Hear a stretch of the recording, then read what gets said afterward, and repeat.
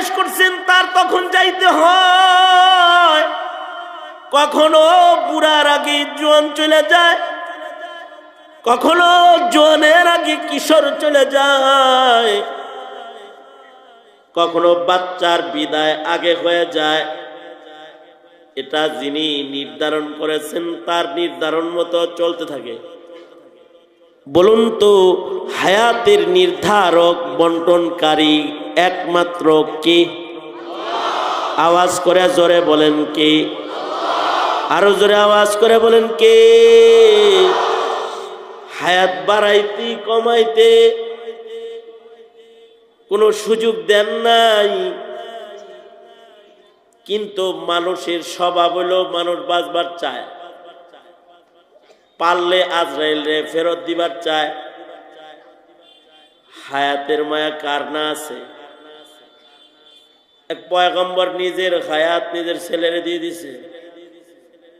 এই পয়গম্বর রে আজরাইল এমনি টেস্ট করার জন্য বলছে, আপনি যে বলছিলেন যে আপনার এতটুকুন হায়াত আপনার অমুক ছেলেরে দিলেন, তা আপনারে নিতে আইছি। আজরাইল কয়, এখন চলেন আমার লাগে, আপনার হায়াত শেষ, বরাদ্দ ছিল এত এত দিছেন অমুক রে, তো এখন হায়াত শেষ। পয়গম্বরে কয়, ওটা এমনি কইছে।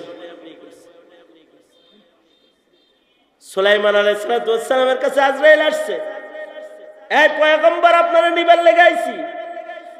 সুলাইমান নবী বলে, পরে পরে দেখো না মসজিদ বানাইবার লাগছি, কাজ হইব না, ভিসা শেষ, রাখো এক্সটেনশন করাইতেছি। আল্লাহ রে কয়, আল্লাহ জিন দিয়া মসজিদ বানাইতেছি, এগুলো দুষ্ট জাত, এখন যদি মাইরালান জিনেরা সব ভাগ্যা পড়বো, আমার ছাড়া আর কাউকে ভয় পায় না। কারণ সুলাইমান নবীর আলাদা মুজিজা ছিল। তাফসীরে আছে, উনি যখন জিনদের দিকে তাকাইতেন চক্ষুগুলা বড় বড় হয়ে যেত, মাথার চুলগুলা খাড়া খাড়া হয়ে যেত, গায়ের পশমগুলা দাঁড়ায় যেত। জিনেরা মনে করতো যে আমাকে এখন ধরতে পারলে চুল দিয়েই পাড়াইবো আমাকে। জিনেরা ডরে ভয়ে কাম করত। পয়গম্বর সুলাইমান বলে, আধা মসজিদ বানাইছে, অর্ধেক বাকি আছে, এখন যদি আমারে লয়ে যান তাহলে এই মসজিদ বানাই, আর কাজ চলবে না, ওগুলো সব ভাগ্যে পড়ব। আল্লাহ তাআলা বলে, না, হায়াত শেষ, এক সেকেন্ড আর থাকতে পারবে না। তো পয়গম্বর হিসেবে মসজিদ বানানোর আরজি পুরা করতেছি, তোমার মুজিজা, মরবা কিন্তু পড়বা না, মরবা কিন্তু লাঠিতে বট দিয়ে দাঁড়ায় থাকবা। শুধু দাঁড়ায় থাকবা না, জীবিত মানুষের মতোই দাঁড়ায় থাকবা। কেউ কাছে দাঁড়া আসার সাহস পাইতো না। মানুষরা মনে করবে যে পয়গম্বর আল্লাহর পক্ষ থেকে খাইতেছে, দাঁড়ায় রয়েছে, মসজিদ হইতেছে, ডিস্টার্ব দেওয়া যাবে না, কোনো মানুষ কাছে আইব না। মানুষরাও কাছে আসে না। জিন্নাতরা বাপ দেখিয়া থরথর করে দিন রাত 24 ঘন্টা কাজ করতেছে। একদিক দিয়া পয়গম্বর মইরাও গেছে, কিন্তু পয়গম্বরকে আল্লাহ তাআলা দাঁড়ও করায় রাখছে, জিনেরা কাজ করতেছে। আল্লাহ উলুপুকাকে হুকুম দিয়ে বলতেছে, লাঠিটার গোড়া খাইতে থাক, এমন ভাবে খাবি যেন মসজিদ বানানো শেষ হইলে যেন লাঠি ভাঙ্গা সুলাইমান পড়ে। একদিক দিয়ে পোকায় লাঠি খাইতেছে, আর এক দিক দিয়ে জিনেরা কাম করতেছে।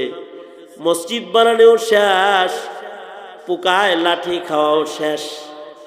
পয়গম্বর গড়ায় পড়ছে, জিনেরা দৌড়ে আইছে, হায় হায় কি হইলো, মসজিদ বানাইলাম আর পয়গম্বর পইরা গেল, না জানি মরে গেল। প্যাথোলজিক টেস্ট করে একজন কয়, আজকে আর মরা না, অনেক আগেই মারা গেছে। আমাকে লেগে মনে হয় আল্লাহ খাড়া করায় রাখছিল, যে কাম খান করছি, আরো আগে মরছে। সুলাইমান ইনসো জিনের বাদশাহ হয়ে থাকবার পারে নাই, টাকার মালিক হয়ে কারুন থাকতে পারে নাই। সবচেয়ে বেশি মোহাব্বত যাদের লগে, তারাও আজরাইলের হাত থেকে সময় মতোই ধরা পড়েছে, রেহাই পায় নাই। আজরাইল আইছে, পয়গম্বর মূসা প্রথম আজরাইলের সাথে যাবে না তো চপাটাঘাত করছে।